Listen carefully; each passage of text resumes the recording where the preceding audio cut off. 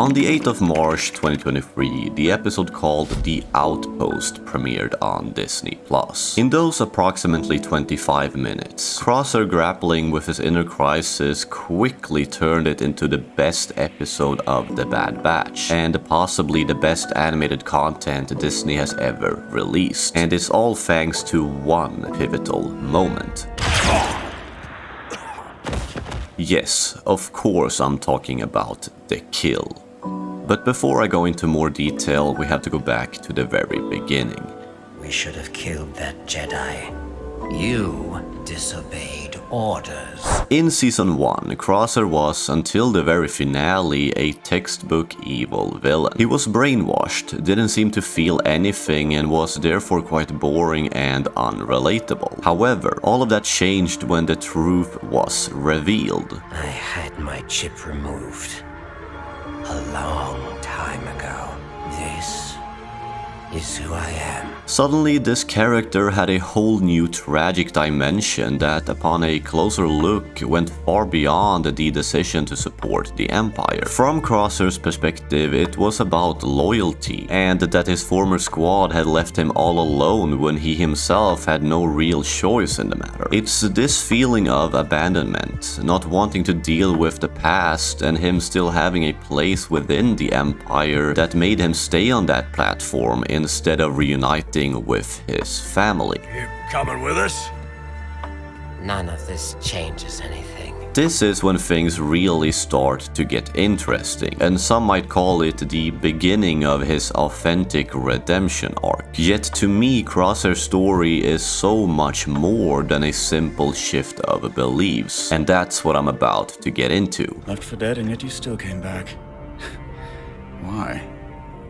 I'm a soldier of the Empire. What I love about Crosshair's story is that nothing ever seems black or white. The Empire truly tests his moral compass, what he actually is capable of as a living being, and as we can see in early Season 2, it's pretty damn brutal. Follow it, or face the consequences for disobeying.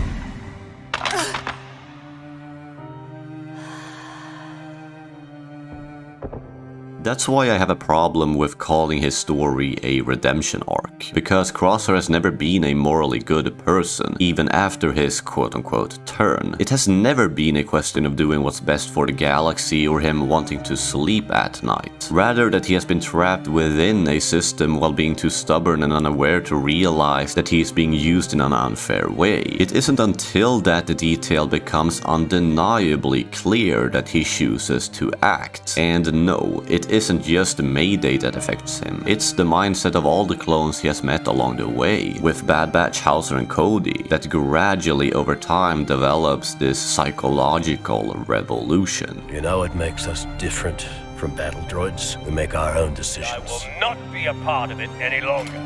Our own choices. Arrest those traitors. And we have to live with them too. It's not out of self-interest, a desire to do good, or because the plot requires him to move it forward. It's the loneliness, the feeling of not being appreciated by the Empire, and the way they mistreat his own kind that drives him to take action. Ultimately, it's this profound sense of betrayal, after all he has done for them and the sacrifices he has had made to stay loyal, that drives him to take that shot, even if it might be the last thing he ever does.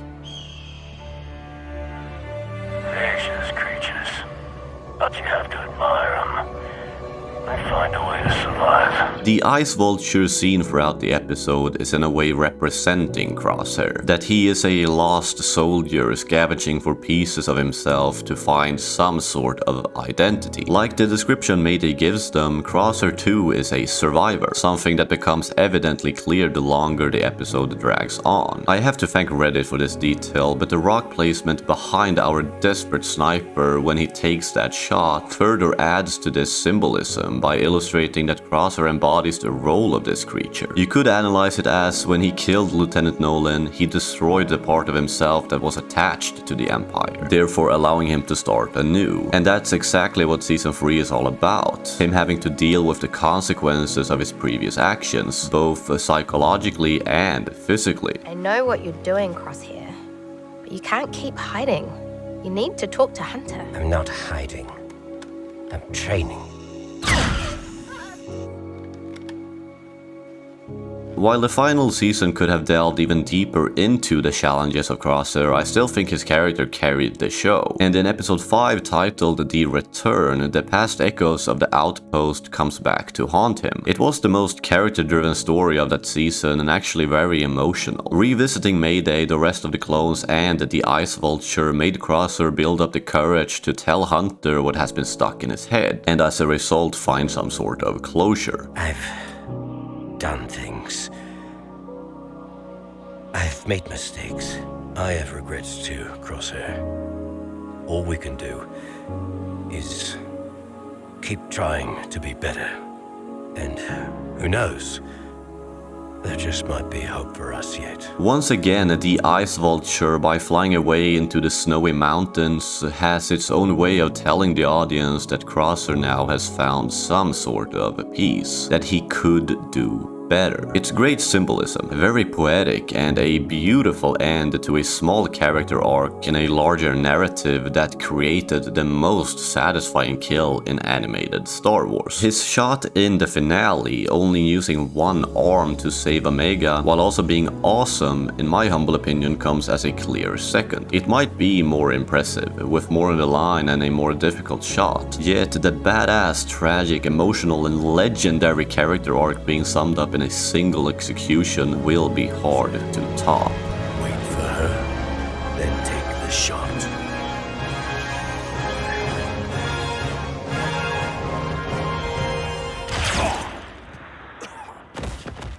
His story ending peacefully is a refreshing thing to witness. Most of the characters within this archetype of redeeming oneself usually dies or sacrifices themselves in some grand way before actually having time to reflect and deal with what they have done. And Kylo Ren and Anakin might be the most obvious examples here. It was a great story decision to have him battle with his inner self, while also having other clones literally telling him to his face that they don't want him here. It was also heartwarming to see him form such a bond with Omega, and while he still has done terrible things, I think this young female clone puts it best herself. Omega, don't risk anything for me.